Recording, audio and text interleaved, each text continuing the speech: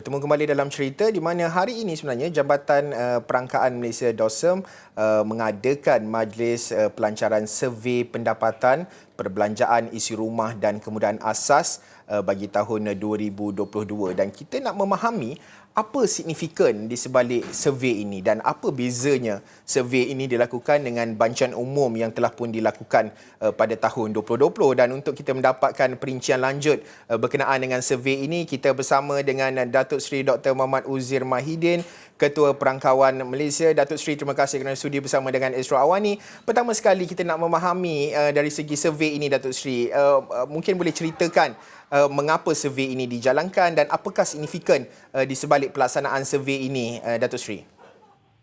Terima kasih saudara Haris. Assalamualaikum warahmatullahi wabarakatuh dan salam sejahtera. Jadi sedikit saya nak terangkan tentang survey ini ataupun sebenarnya kajian yang dilancarkan oleh Yang Berhormat Datuk Seri Mustafa tadi ialah berkaitan dengan untuk kita melihat kedudukan corak pendapatan, tentang corak perbelanjaan, dan yang ketiga tentang ciri-ciri kemudahan asas di satu kawasan yang dinikmati oleh isi rumah di negara kita.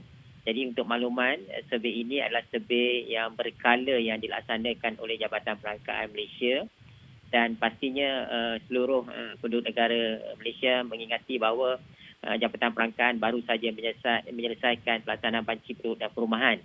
Jadi kalau kita lihat data banci penduduk perumahan, dia merangkumi berbagai dimensi, tetapi semasa kita melaksanakan banci penduduk perumahan itu tidaklah bertujuan untuk kita melihat perincian tentang pola pendapatan, apakah yang dibelanjakan oleh isi rumah di Malaysia. Jadi kita perlu melaksanakan survey ini untuk kita dapatkan perincian dan kita ingin mengemas-kini keputusan kajian yang sama yang telah pun kita laksanakan pada 2019. Cuma pada tahun 2020, untuk makluman saudara Haris dan para pendengar, kita telah pun membuat anggaran kasar tentang kedudukan kemiskinan negara yang kita kira berdasarkan dapatan survey 2019.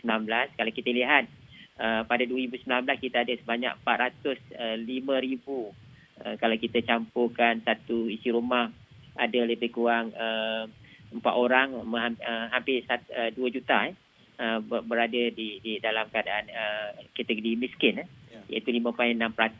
Dan pada tahun 2020 berdasarkan anggaran yang kita buat, kadar kemiskinan meningkat pada 8.4% ataupun bersamaan dengan 639.8 ribu isi rumah yang telah kita jadikan sebagai berada dalam kemiskinan.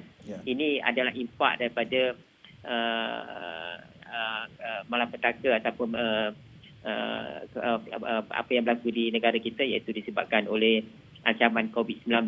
Jadi survey yang kita laksanakan sekarang untuk kita menilai secara spesifik kesan daripada COVID-19 dan kedudukan terkini kita punya corak pendapatan dan juga perbelanjaan dan juga pembinaan asas yang dinikmati oleh isi rumah di negara kita ini, saudara Haris. Ya. Datuk Seri, bercakap berkenaan dengan survey ini, pertamanya bagaimana survey ini dijalankan? Adakah masih secara bersemuka ataupun ada menerusi online, dan juga kedua, macam mana kita nak memahami dari segi tempoh masa ataupun termasuklah sela masa daripada survey yang sama dilakukan? Difahamkan Datuk Seri sebut tadi 2019. Tapi adakah sela masanya 2 tahun ataupun ianya survey ini dilakukan pada setiap tahun, Datuk Seri? Pada peringkat kebiasaannya kita laksanakan survey ini 2 kali setiap 5 tahun.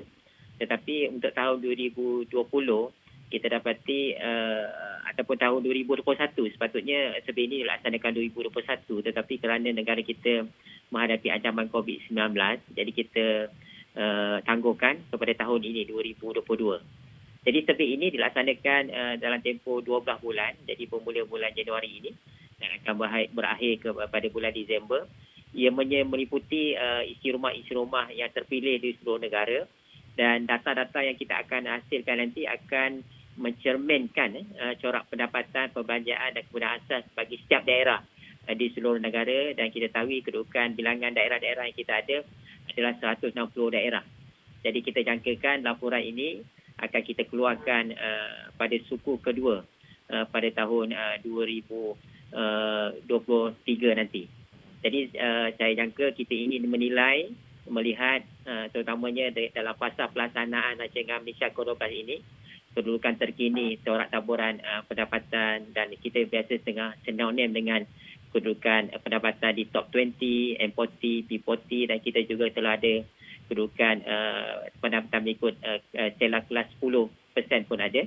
Dan pastinya kita berminat untuk menilai sama ada kita akan menanda araskan semula kita punya pendapatan garis kemiskinan. Jadi pada tahun 2019, PGK kita adalah pada RM2208. Jadinya amat penting saudara Haris kali ini untuk kita melihat, kalaulah kita melihat ke hadapan selepas kita menghadapi ancaman COVID yang agak besar, dan sekarang kita rasa kita dalam proses menangani dengan sebaik mungkin.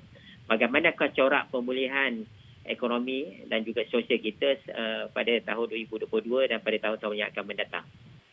Datuk Seri, akhir sekali sebelum kita mengakhiri perbincangan ini, berbaki 2 minit, mungkin Datuk Seri boleh rumuskan, maksudnya dari segi apakah bentuk penambahbaikan yang boleh dilakukan dalam polisi hasil daripada survey ini. Pertama sekali tadi mungkin dari segi garis kemiskinan PGK, tapi apakah bentuk penambahbaikan lagi yang boleh dilakukan kerajaan hasil daripada survey ini nanti yang dijangkakan pada 2023 nanti, Datuk Seri? Baik, terima kasih. Dalam hubungan ini menjadi satu kepada yang amat perlu kepada kita semua untuk melihat supaya corak pertumbuhan ekonomi ni, nikmat kemakmuran pertumbuhan ekonomi negara ini tidaklah dinikmati oleh segolongan kecil saja. Kita nak satu pertumbuhan ekonomi, corak taburan kek ekonomi negara dinikmati sebaik mungkin oleh semua peringkat. Sekiranya data ini menunjukkan nanti ada keadaan di mana ketidakseimbangan pendapatan di setengah kawasan, di setengah-setengah kaum dan juga peringkat umur dan sebagainya, berlaku keadaan yang mana terdapat jurang pendapatan yang agak jauh, maka apa yang patut dilaksanakan oleh kerajaan, bagaimana untuk menanganinya.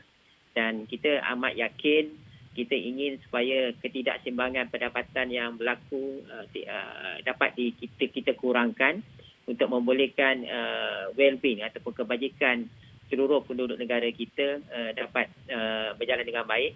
Dan pastinya ianya akan berkait dengan pola-pola pertumbuhan ekonomi yang ingin kita corakkan, seperti keperluan untuk kita mewujudkan peluang-peluang pekerjaan yang setara dan setimpal, bukan saja berada peluang pekerjaan di pusat-pusat bandar. Kita nak supaya corak pertumbuhan yang inklusif, selaras dengan untuk kita menghasilkan yang kita panggil kemakmuran bersama bagi keluarga Malaysia yang kita harapkan. Dan satu lagi, kita nak supaya keseimbangan dalam sosio-ekonomi negara, termasuk juga memastikan corak pertumbuhan yang kita alami adalah corak pertumbuhan yang sustain. Kita tidak nak nanti kalau kita lihat kita telah nampak corak pertumbuhan ekonomi yang makin memulih. Kita tak nak pemulihan itu hanya didasari oleh segolongan ataupun sebahagian sektor saja. Kita nak satu corak pertumbuhan yang dinikmati daripada services, daripada sektor agriculture, sektor pembinaan dan juga sektor perlombongan. Ya.